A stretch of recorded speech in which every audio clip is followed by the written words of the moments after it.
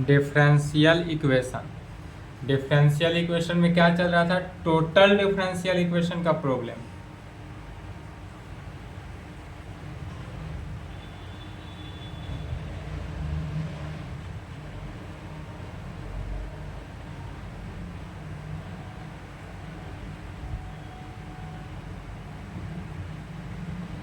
Problem on total differential equation type 1, यही चल रहा था।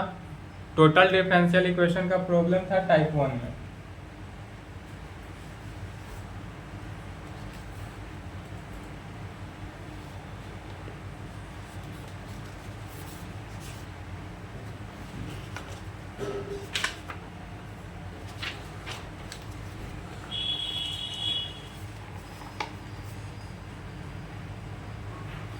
दो क्वेश्चन होगा था पिछले क्लास में, तीसरा नंबर देखेंगे।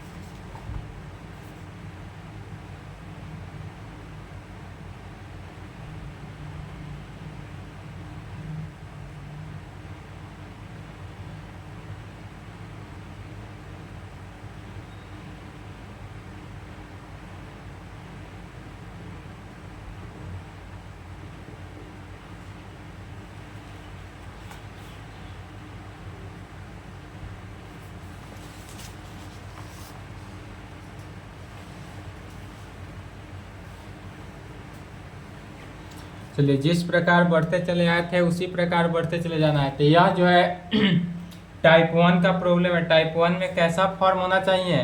तो which is in the form of P D x plus Q D Y plus R D Z is equal to 0 के फॉर्म में होना चाहिए। सबसे पहले डिफरेंशियल इक्वेशन को इस फॉर्म में लिखते हैं, इस फॉर्म में दिया हुआ है।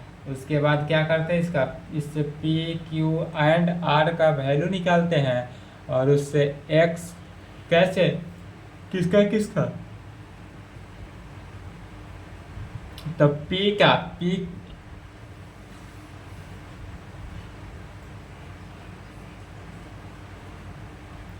Solution the given total differential equation is. सबसे पहले जो दिया हुआ है टोटल डिफरेंशियल इक्वेशन उसको लिख लेते हैं। क्या है total differential equation? Y square plus Y Z plus Z square.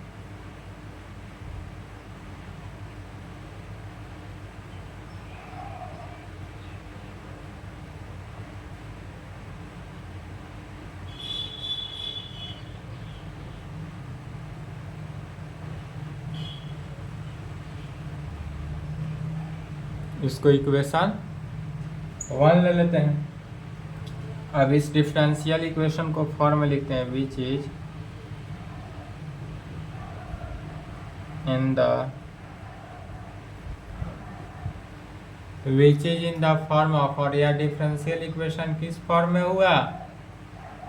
P D x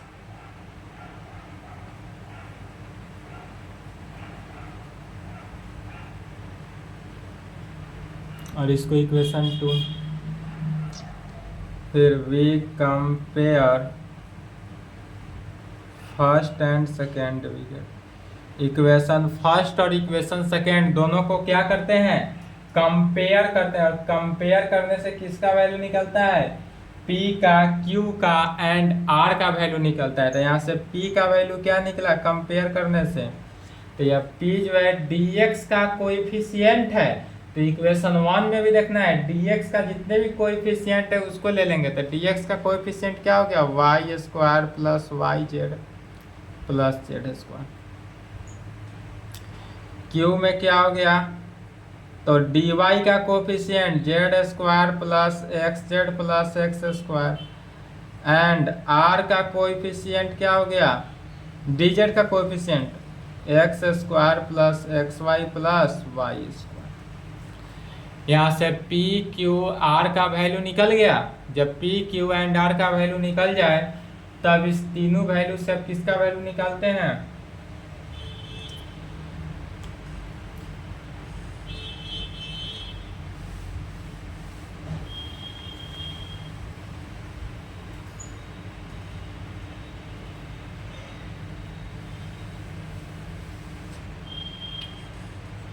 P D x plus Q D Y plus R D Z is equal to 0।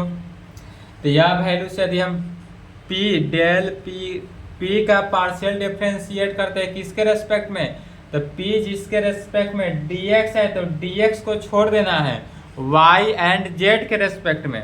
इसलिए del P by del X del Y निकालेंगे और del P by del Z निकालते हैं। फिर Q में y contain किया तो y को छोड़ देना है x और z के रेस्पेक्ट में पार्शियल डेरिवेटिव। तो del Q by del x का value and del Q by del z का वैल्यू। फिर R में z कंटेन किया तो del R by del x का वैल्यू निकालते हैं and del R by del y का वैल्यू निकालते हैं, इस पूरे का वैल्यू। अब चलिए यदि हम P का इसको P में क्या है तो P is equal to y square plus Y Z plus Z square contain किया। इसको y के रेस्पेक्ट में पार्शियल डेरिवेटिव किया तो x वाला टर्म z वाला टर्म मैंने y को छोड़कर रिमेनिंग जितने टर्म्स है सभी के सभी क्या हो गया, कांस्टेंट बन गया। और कांस्टेंट यदि y के साथ कंटेन किया तो वह कांस्टेंट बनकर बाहर हो जाएगा, अदरवाइज कांस्टेंट का डिफरेंशिएशन 0 हो जाएगा, या मैट्रिक क्लास से जानते आ रहा है। तब वाई स्क्वायर का differentiation twice y plus z constant बनकर बाहर इंटू 1। तो बच्चा वाला बुद्धि इतना नहीं लगाना है, डायरेक्ट लिखेंगे क्या 2y प्लस जेड।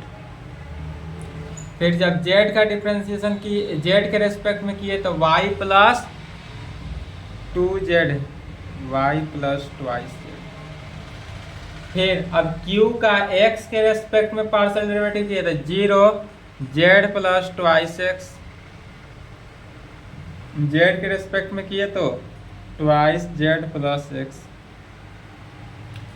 r का x के रेस्पेक्ट में है तो ट्वाइस एक्स प्लस वाई, और z के और y के रेस्पेक्ट में तो x प्लस 2y। सभी वैल्यू निकल गया। इसलिए पुनः नाउ वी हैव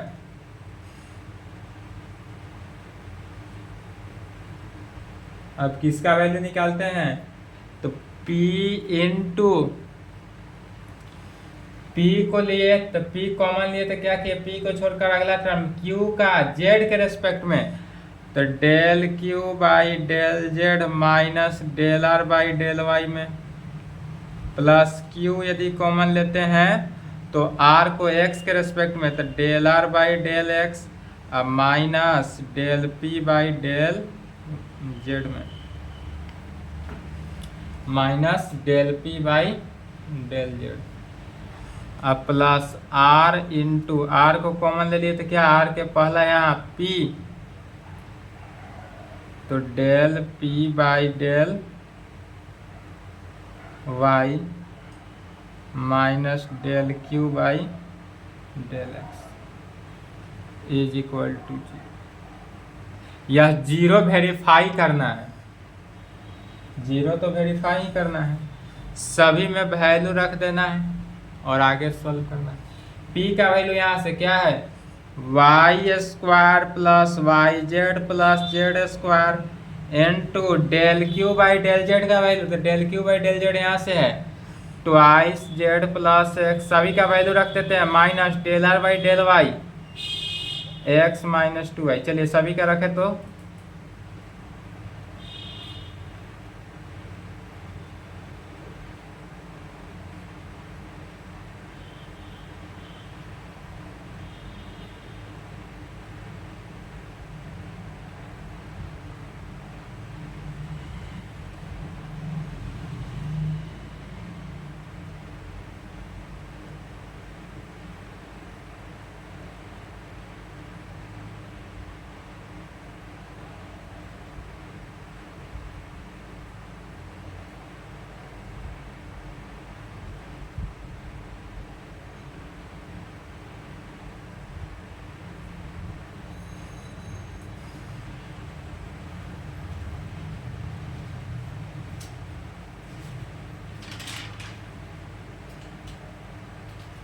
सभी को सॉल्व करेंगे, सिंप्लीफाई करेंगे, या जीरो के इक्वल आ जाएगा।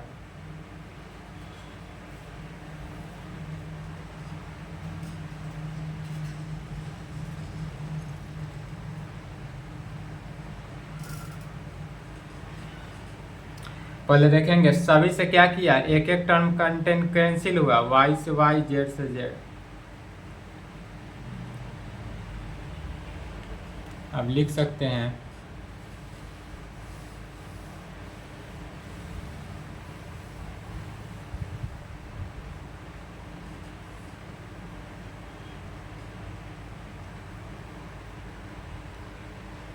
पहले इसमें से क्या कॉमन आ रहा है, 2 कॉमन, तो 2 यदि कॉमन ले ले तो z minus y into y square plus Y Z plus Z square. फिर इसमें से 2 भी फिर पुनः कॉमन ले ले तो x माइनस जेड है into z square plus x Z plus x square, और प्लस 2 यदि कॉमन ले ले तो y minus x into x square plus x Y plus Y square. अब यदि सभी से कॉमन क्या आ रहा है, 2 जो है सभी से कॉमन आ गया तो कॉमन ले लिए, या यूज कर लेंगे अब यहाँ पर।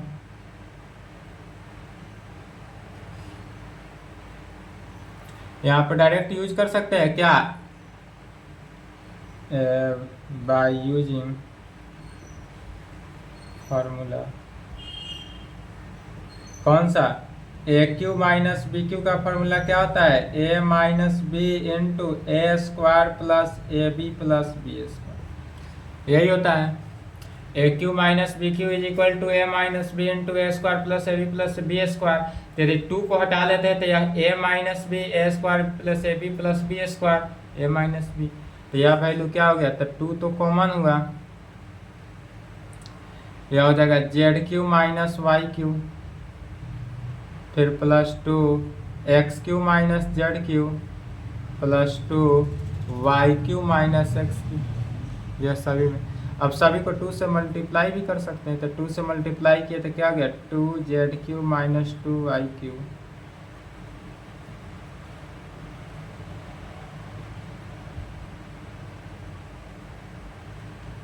सब कैंसिल होगा, जेड क्यू से z cube cancel, y cube से y cube cancel, x cube से एक्स क्यू कैंसिल, जीरो हो गया।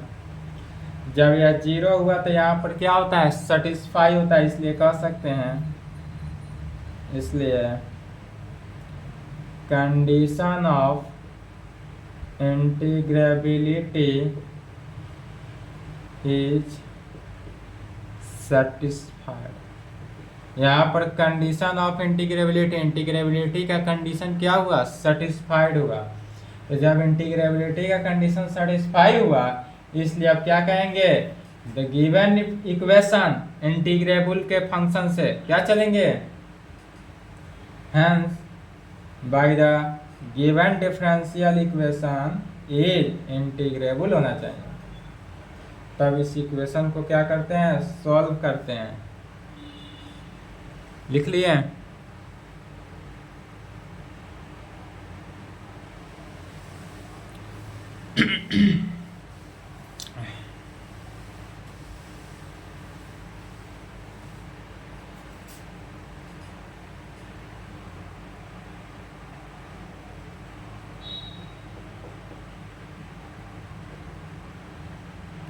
hence the given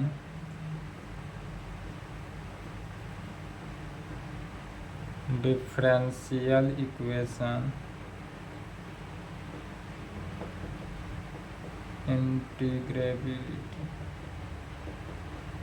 इंटीग्रेबल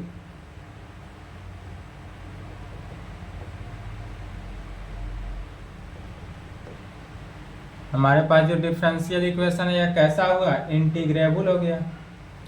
इसलिए now to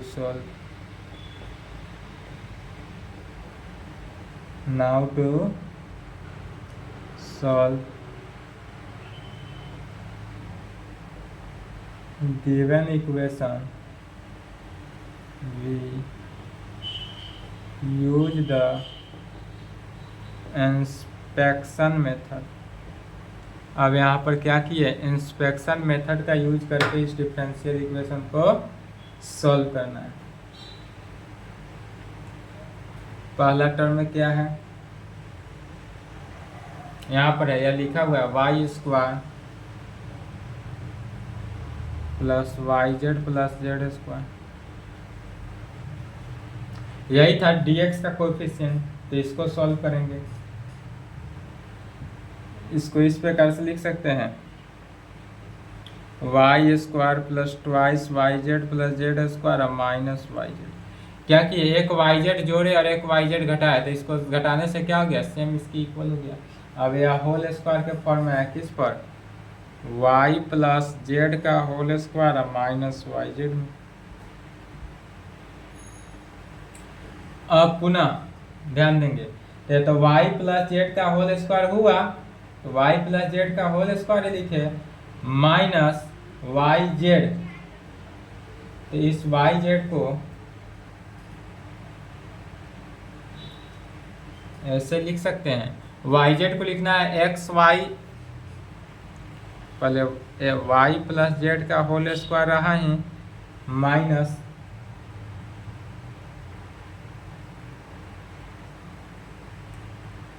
x Y plus x Z plus Y z, अब plus x Y plus Y z. क्या किए, x Z जोड़ दिए, x Z घटा दिए, एक्स वाई घटा दिए, एक्स वाई घटा दिए, वाई जेड के इक्वल हुआ माइनस में रहा, इससे कोई फर्क नहीं पड़ा। और इस प्रकार से यह वैल्यू क्या रिजल्ट दिया, तो y को पहले लिख लेते हैं प्लस वाले टर्म्स को, तो y प्लस जेड का होल स्क्वायर, अब प्लस इसमें से कॉमन वैल्यू क्या रहा है x, तो x यदि कॉमन ले ले तो क्या बचा y प्लस जेड, अब माइनस पूरा term x Y plus x Z plus Y z, x Z plus Y z. अब इस दोनों में से क्या है common, y plus z common value आया, तो y प्लस जेड को कॉमन ले लेंगे, तो बचा क्या, x plus y plus z हुआ, minus x Y plus x Z plus Y Z plus Y.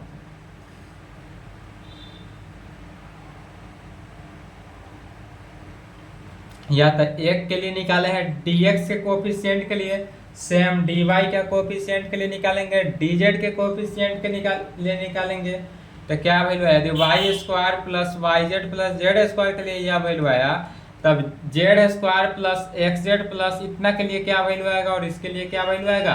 तो इसी में जहाँ y है वहाँ पर z से रिप्लेस कर देंगे, और जहाँ x है वहाँ पर, जहाँ z है वहाँ पर x से रिप्लेस कर देंगे। फिर अगर इसका वैल्यू निकालना हो तो y की जगह पर x से रिप्लेस करेंगे और z की जगह पर y से रिप्लेस कर देंगे, उसका दोनों का वैल्यू निकल जाएगा। इसलिए कहेंगे इतना लेंदी ना निकाल कर सिमिलरली भी लिख सकते हैं, तो कहेंगे सिमिलरली, अब किसका वैल्यू निकालना है similarly, z square plus x Z plus x square का value and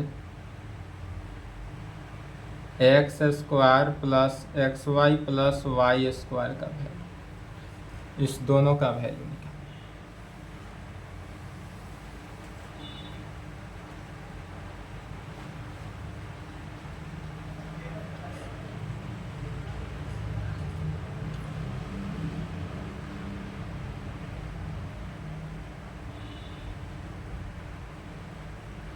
x plus y plus z है into x Y plus Y Z plus z x. फिर यहाँ पर क्या हो गया, x plus y common x plus y plus Z,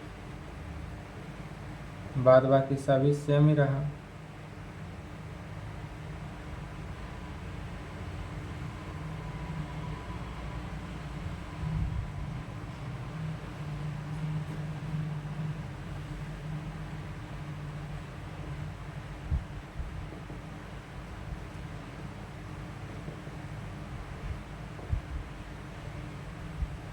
the given differential equation becomes, अब इससे हम डिफरेंशियल इक्वेशन क्या प्राप्त होते हैं, तो तीनों को ऐड कर देना है, और तीनों को ऐड करने के बाद क्या करना है, जीरो की इक्वल कर देना है।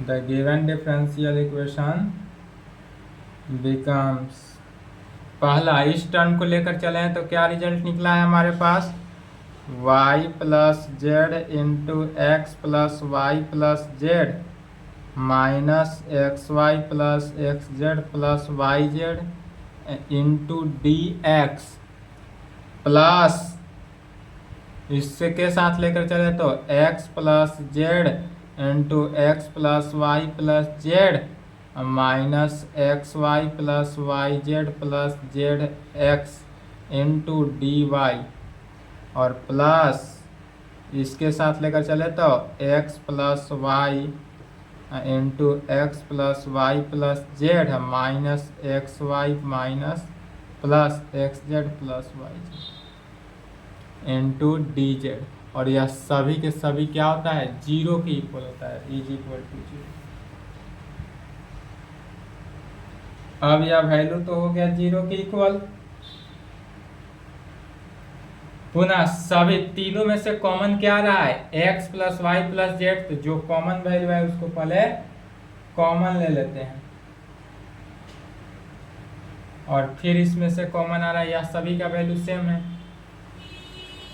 तो इस वैल्यू को इस प्रकार से रिजल्ट को लिखा जा सकता है, x plus y plus z यदि हम कॉमन ले लें सभी टर्म से तो क्या क्या बचा, फर्स्ट टर्म से भी बात हो रहा है, यहाँ से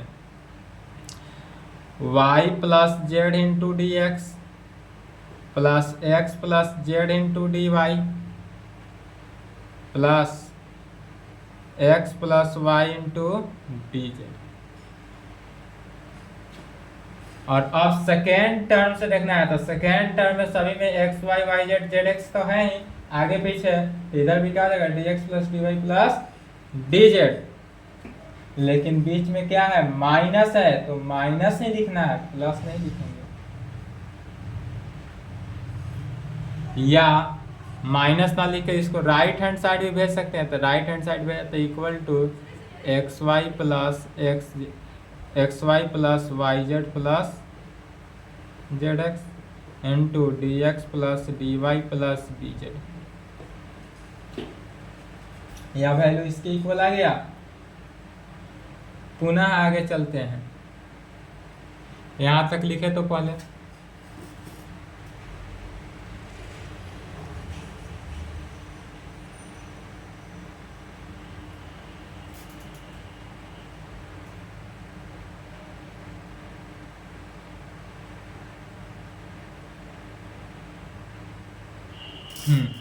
अब फिर यह y plus z into d x जो हुआ किसका, यह जितना भी टर्म्स है सभी d के फॉर्म में लिखेंगे एक्स वाई, तो इसको ऐसे लिखा जा सकता है,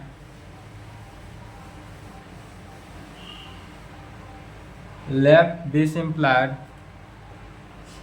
x plus y plus z, तो पहले कॉमन वैल्यू है सो कॉमन लेंगे ही लेंगे, उसके बाद d इंटू एक्स वाई, यहाँ पर जो वैल्यू है क्या है, एक्स वाई के टर्म में है, तो एक्स वाई सॉरी हाँ एक्स वाई, तो d into x y x into y plus d into x Z plus d into y z, right hand side जैसे है वैसे लिखेंगे,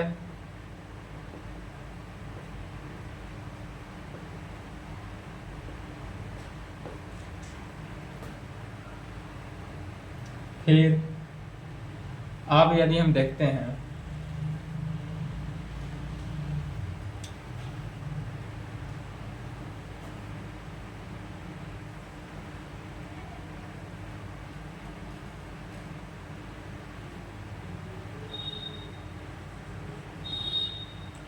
d into x Y plus Y Z plus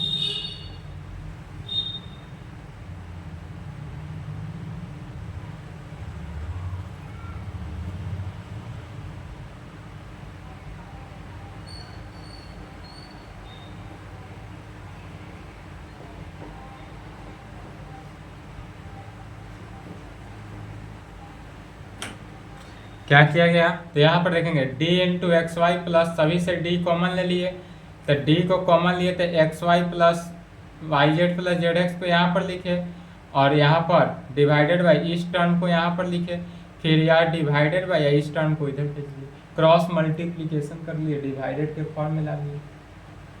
अब इसी को integrate करेंगे, तो नीचे वाला फंक्शन का डिफरेंशिएशन ऊपर है, तो क्या हो गया log x Y plus x Z plus Y z, right hand side भी log x plus y plus z और plus arbitrary constant log c। log के प्रॉपर्टी को अप्लाई करना है, तो log m plus log n का log m into log n हो जाता है, log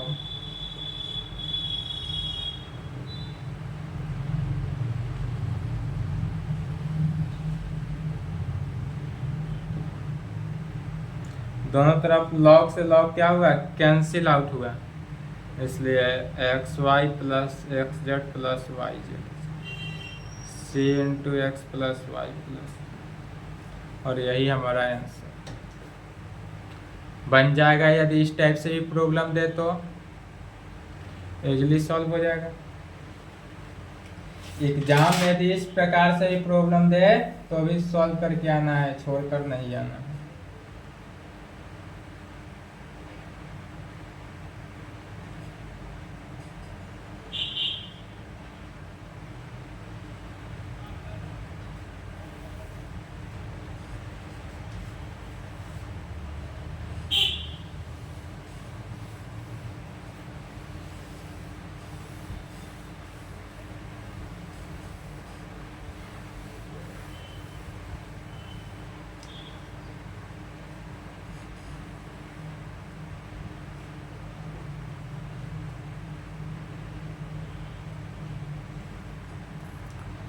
टाइप टू में क्या जानते थे,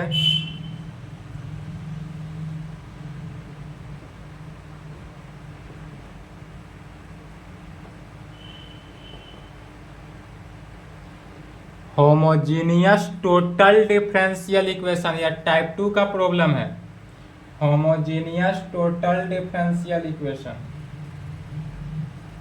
यदि इस प्रकार से प्रॉब्लम रहे तो इसको कैसे सॉल्व करेंगे, इसके लिए working rule to solve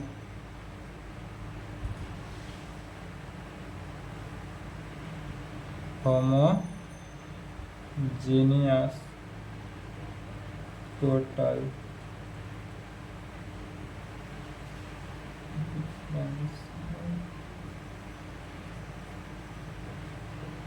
working rule to solve homogeneous total differential equation.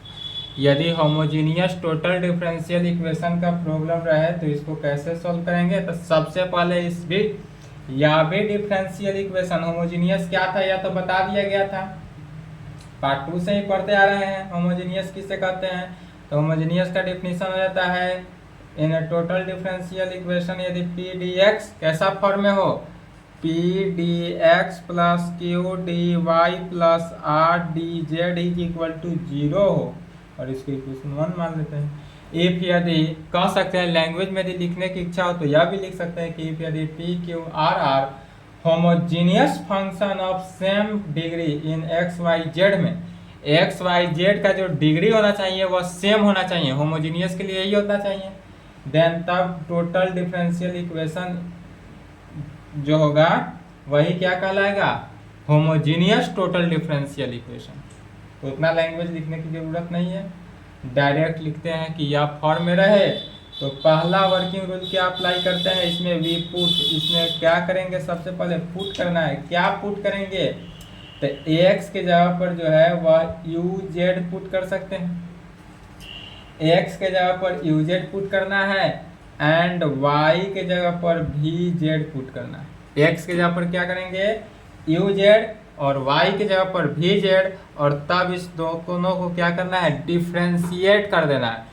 जब डिफ्रेंशिएट करेंगे तो लेफ्ट हैंड साइड क्या पाए, x है तो यहाँ पर हो गया d x is equal to u constant u into v से, तो u को कांस्टेंट z का डिफ्रेंसिएशन dz प्लस z को कांस्टेंट u का डिफ्रेंसिएशन du, एंड y को जब डिफ्रेंशिएट किए तो यहाँ जगह नहीं तो यहाँ लिख दे रहे हैं, एंड y का क्या जगह dy, v को छोड़े z का डिफ्रेंशिएशन, z को छोड़े v का डिफ्रेंशिएशन, यही होता है u इंटू वी का। तो पहला वर्किंग रूल यही करना है होमोजेनियस टोटल डिफरेंशियल इक्वेशन के लिए। सबसे पहले कैसा होना चाहिए, तो which is in the form of P D x plus Q D Y plus R D Z is equal to 0 form में रहेगा। उस फॉर्म में डिफरेंशियल इक्वेशन को लिखने के बाद उसमें x के जगह पर यू जेड एंड y के जगह पर वी जेड को पुट करना है और उसको डिफरेंशिएट कर देना है। फिर जब यह रूल अप्लाई हो जाए तब इस डिफरेंशियल इक्वेशन से किसका वैल्यू निकालते हैं, x का, y का, dx का एंड dy का वैल्यू निकालेंगे और उस पूरे वैल्यू को पुनः इस इक्वेशन 1 में पुट कर देते हैं और वह इंटीग्रेबल होना चाहिए। सॉल्व हो गया।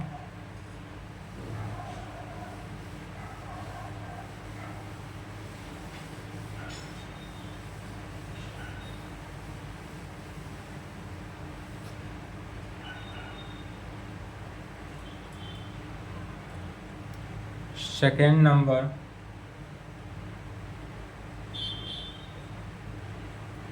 we put these value of किसका x y dx and dy का and dy in given equation, या जो दिया हुआ इक्वेशन फर्स्ट रहेगा उस इक्वेशन फर्स्ट में पुट करते हैं and we use separation of variable. या सेपरेशन ऑफ वेरिएबल जो है पार्ट 2 में ही पढ़े थे। डिफरेंशियल इक्वेशन को सॉल्व करने का वहां पर टोटल कितने मेथड, 8 मेथड से पढ़े थे, 8 मेथड से सॉल्व किए थे। पहला था उसमें सेपरेशन ऑफ वेरिएबल ही था, 8 में पहला सेपरेशन ऑफ वेरिएबल था, और चौथा में पढ़े थे होमोजेनियस डिफरेंशियल इक्वेशन, 5वां में था नॉन होमोजेनियस डिफरेंशियल इक्वेशन, 8वां में और लास्ट में था एग्जैक्ट डिफरेंशियल इक्वेशन। तो उसमें से आठों डिफरेंशियल इक्वेशन का टाइप पढ़ना सीखना तो पार्ट 2 में ही था। यहाँ पर सिर्फ यूज करना है, तो यूज भी करना है तो किसके, सेपरेशन ऑफ वेरिएबल को यूज करेंगे और वी गेट द रिक्वायर्ड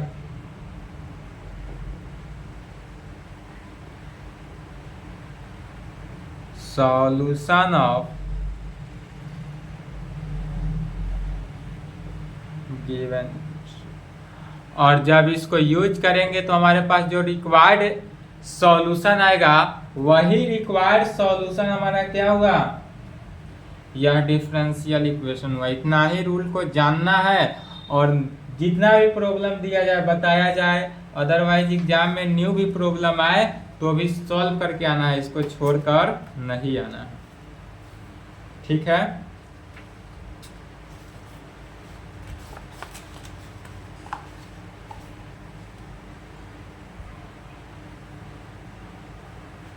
पहला क्वेश्चन लिखेंगे।